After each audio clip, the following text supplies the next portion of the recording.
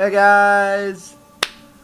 Welcome to another off-topic episode of Dunce Cap. I'm Will McQuaig, SaudiFan16, back here again, for you for part 3. Let's count it 3 of my 7-part off-topic video segments on the Artemis Fowl series. And so today it's book 3, of course, with Eoin Colfer's Artemis Fowl, The Eternity Code. Everything. Artemis is now thereabouts of 13 and everything, and of course you guys know the majority characters and everything like that. So the new characters basically will be let's see, what do we got here? We have Mr. John Spiro.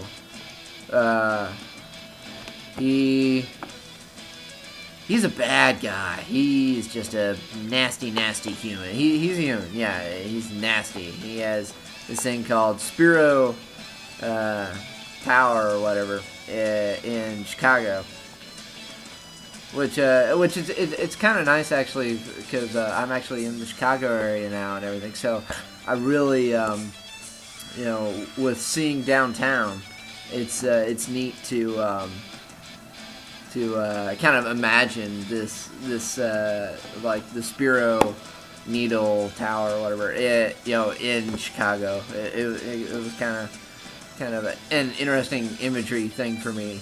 I kind of counted it in myself as kind of like something almost equivalent to the Sears Tower, even though the Sears Tower is now not what its name is. I forget what Sears Tower's new name is or whatever, but that's beside the point.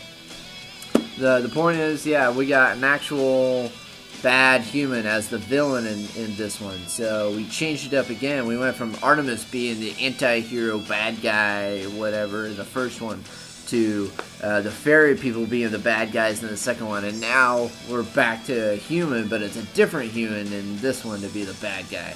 So that's cool. And he's got his own big, badass, world-renowned, slug him, beat him down, whatever, bodyguard, Arno Blunt, who, in a way, is kind of he's Butler's rival in this book, but he's not really Butler's rival. I really don't think Butler has a rival, because he's that awesome. But okay. And so that's kind of what, but John Spiro he's supposedly has mob ties with the Chicago mob mafia or whatever. The DA has been all over him and everything. They just can't nail anything down on him. I mean, he's done all sorts of stuff. Kidnapping, extortion, murder, all sorts of stuff. And he owns a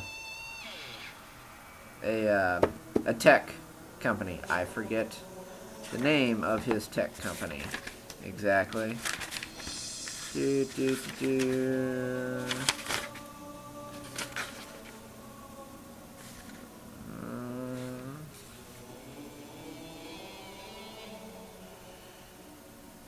I'm trying to see. Because he gets mad at his competitor, which is Phone Tix, but I can't quite remember what the name of his company is. Damn it, why does that elude me?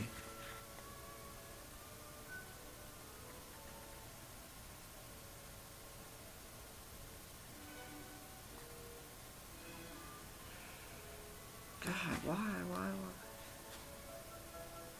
Fission Chips. That's the name of it. Fission Chips. That is Spiro's telecommunications company and tech company and all that. Okay. That took me a little bit. I'm sorry. I just wanted to really find it and everything.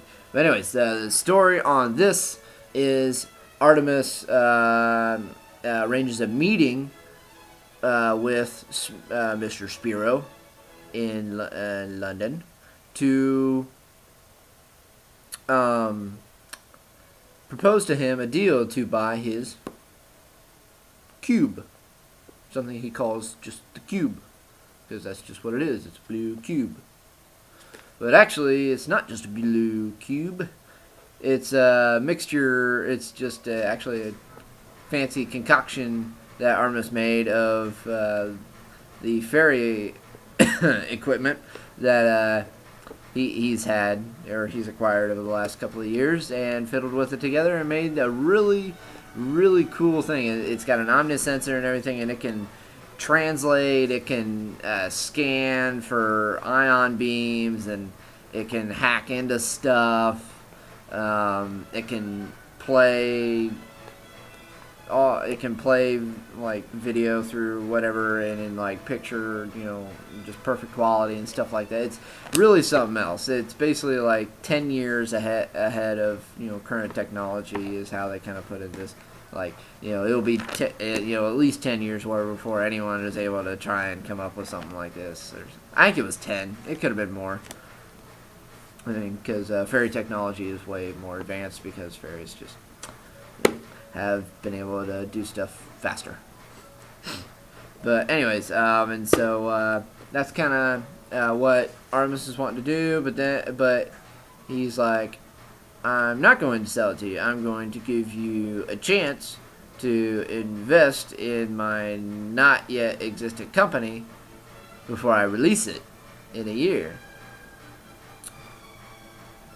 And everything. And he's like, or you can pay me a metric ton of gold.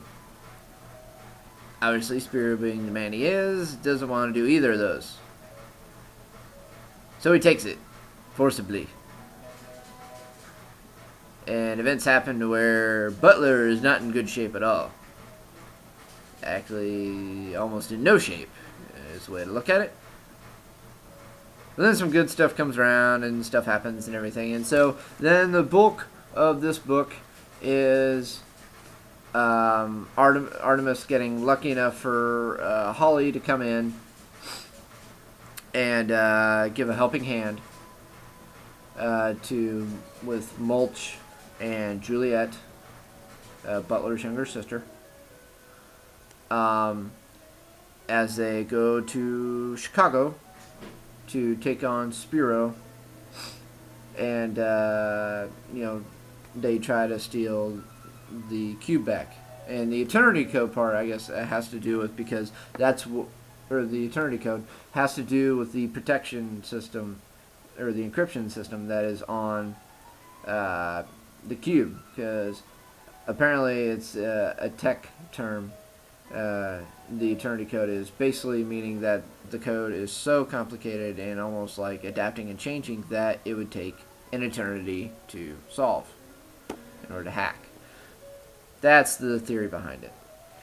I have no idea if one actually exists, but if one actually did, then we wouldn't have a bunch of hacks of this and that and other stuff and whatnot. But anyways, that's kind of what the gist of this story is. Again, some nice little humor, some good action, some good plotting in here, like mastermind plotting and everything in here again. It's also not very long. It's just barely over 8 pages, or 8 pages, barely over 300 pages.